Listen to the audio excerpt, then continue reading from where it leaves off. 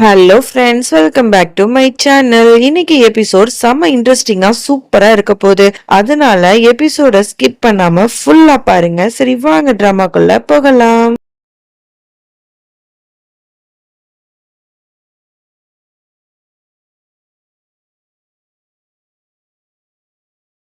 Starting சீன்ல நம்மளோட frame ரோஹிணியோட கழுத்துல தாலி கட்டிடுறா. இவங்க ரெண்டு பேரும் கணவன் மனைவியா ஆயிடுறாங்க.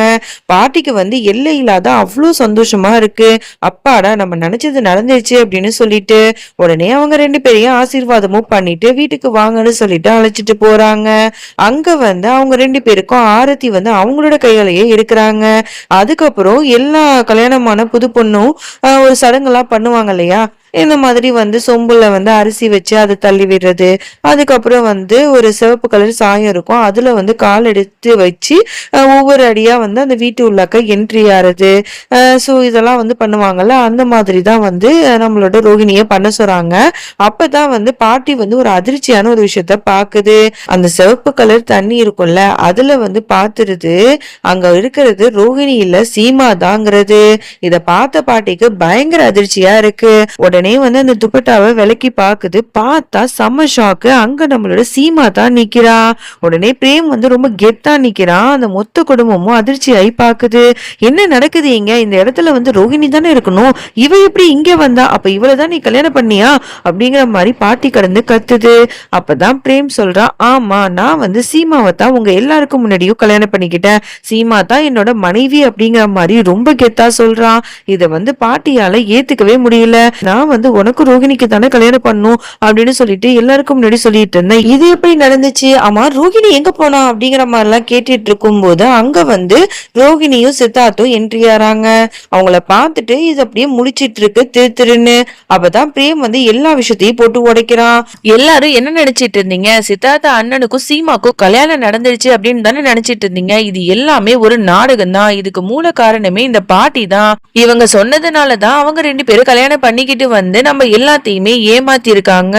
அது மட்டும் இல்ல, இந்த பாட்டியோட உண்மையான சுயரூபம் எல்லாமே எனக்கு 2 நாளைக்கு முன்னாடியே தெரிஞ்சிச்சு. நான் எதுக்கு தெரியுமா உங்க யார்ட்டையும் சொல்லாம இருந்தேன்? இந்த பாட்டிக்கு எதிரான ஆதாரங்களை நான் சேகரிச்சுட்டு எல்லாத்துக்கும் முன்னாடி போட்டு உடைக்கணும்னு நினைச்சேன். இப்ப எல்லா ஆதாரமும் என் கையில இருக்கு. அப்புறம் இந்த சீமாவை அவங்க எதை சொல்லி தெரியுமா மாட்டினாங்க? இந்த மாதிரி நான் இந்த வீட்டோட வாரிசே இல்லையாமா, நீ பிரேம் கூட சேர்ந்த அப்படின்னா இவனை நான் இந்த வீட்டோட வாரிசு இல்லைன்னு சொல்லிட்டு மனு கொடுத்துருவேன் அப்படின்னு சொல்லிட்டு மாட்டிருக்காங்க. அதனாலதான் சீமா வேற வழியே இல்லாம இந்த மாதிரி எல்லாம் பண்ணிருக்கா. அது மட்டும் இல்ல, கொஞ்ச நாளைக்கு முன்னாடி ஒரு டிராமா நடந்துச்சு தெரியுமா? சீமா துளசி தெரிய தொட்ட உடனே அது அப்படியே வாடி போயிடுச்சு. அதுக்கப்புறம் சீமா கையில பட்ட அந்த குங்குமம் கருப்பா மாறிடுச்சு. அப்படி இப்படின்னு சொல்லிட்டு சின்ன சின்ன விஷயத்துக்கும் அபசகுணம் அபசகுணம் அபசகுணம்னு சொல்லிட்டு அவளை எவ்வளவு எல்லாம் அசிங்கப்படுத்தினாங்க. இது எல்லாமே பாட்டியோட பக்காவான பிளான் தான்.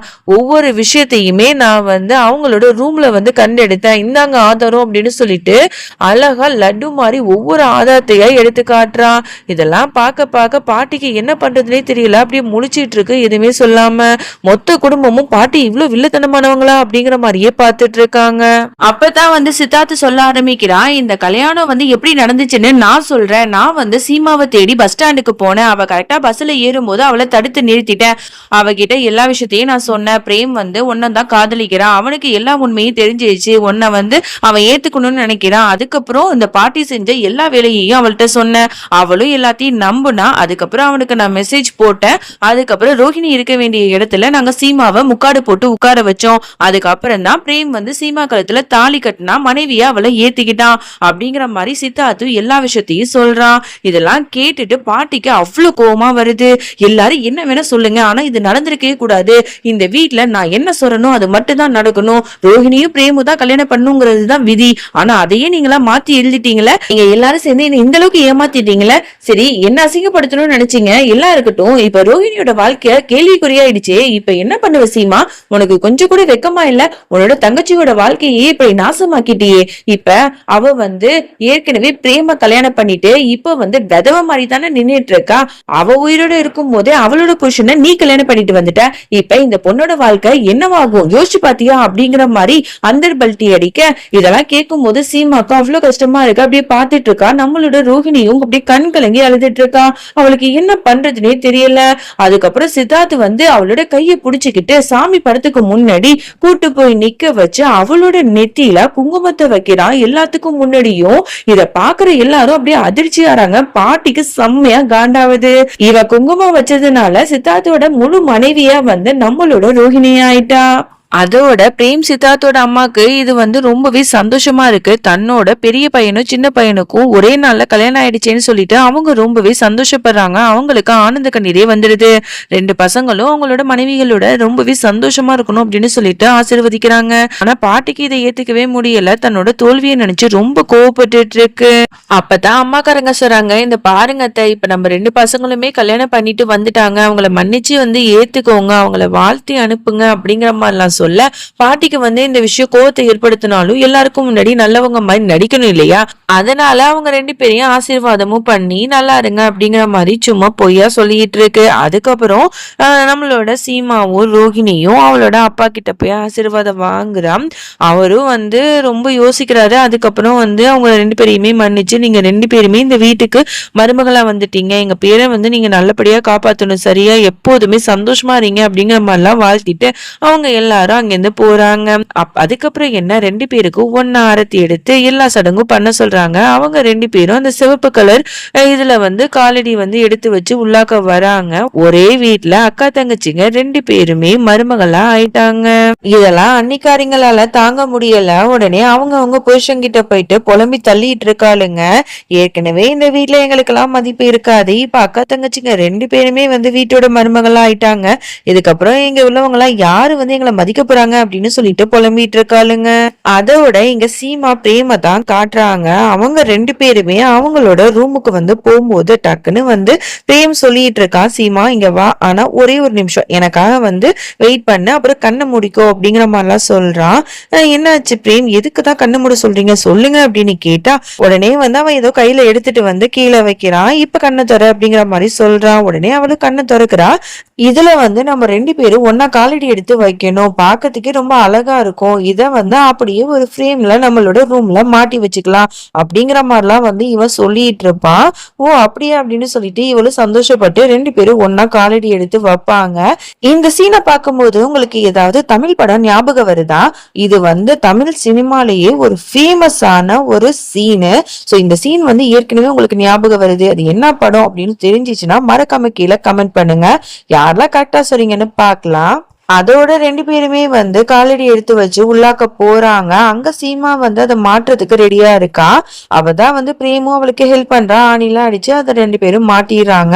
அப்ப சீமா வந்து சிரிச்சுக்கிட்டே கிண்டலா சொல்றா, என்ன பிரேம் இன்னைக்கும் நீங்க சோஃபால தானே படுக்க போறீங்க அப்படின்னு சொல்லிட்டு உடனே பிரேம் சொல்றா, என்ன சீமா சொல்ற, என்ன சோஃபாலையா, அதெல்லாம் முடியாது, அதெல்லாம் வந்து நம்ம 2 பேரும் கல்யாணம் ஆகல, அதனால அப்படி பண்ணோம், இப்பதான் நம்ம 2 பேருக்கும் ப்ராப்பரா கல்யாணம் ஆயிடுச்சுல, சோ நம்ம 2 பேரும் ஒன்னாதான் படுக்கணும் அப்படிங்கிற மாதிரி சொல்லிட்டு இருக்கான்.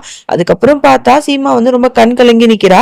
என்னாச்சு அப்படிங்கிற மாதிரி கேட்டா, இல்ல பிரேம் நம்ம 2 பேரும் எவ்வளவு போராட்டத்துக்கு அப்புறம் ஒன்னா சேர்ந்திருக்கோம்ல அப்படிங்கிற மாதிரி சொல்றா. உடனே வந்து அவளை ஹக் பண்ணிக்கிட்டு இனிமே 7 ஜென்மத்துக்கும் நம்மள யாராலையும் பிரிக்க முடியாது அப்படிங்கிற மாதிரிலாம் சொல்லிட்டு ரொம்ப ரொமான்டிக்கா அவட்ட பேசிட்டு இருக்கான். அப்படியே எங்க பாட்டியை தான் காட்டுறாங்க. இது வந்து செம்ம காண்டாகுது. என்னோட பிளான் எல்லாத்தையுமே இந்த சீமா வந்து சொதப்பிட்டால. என்னை மட்டும் வந்து நான் நினைச்சபடி நடந்திருந்தா பிரேமும் ரோஹிணியும் கல்யாணம் பண்ணி இருந்திருப்பாங்க. ஆனா இவ மறுபடியும் என்னோட பிரேம கல்யாணம் பண்ணிட்டு இந்த வீட்டுக்கே வந்துட்டா. இவளை என்ன பண்றதுன்னு தெரியலையே. என்ன சீமா, என்னை ஏமாத்தி இந்த வீட்டுல நீ சந்தோஷமா இருக்கலாம்னு நினைக்கிறியா? என்னை மீறி உன்னால இந்த வீட்டுல சந்தோஷமா இருந்துட முடியுமா என்ன?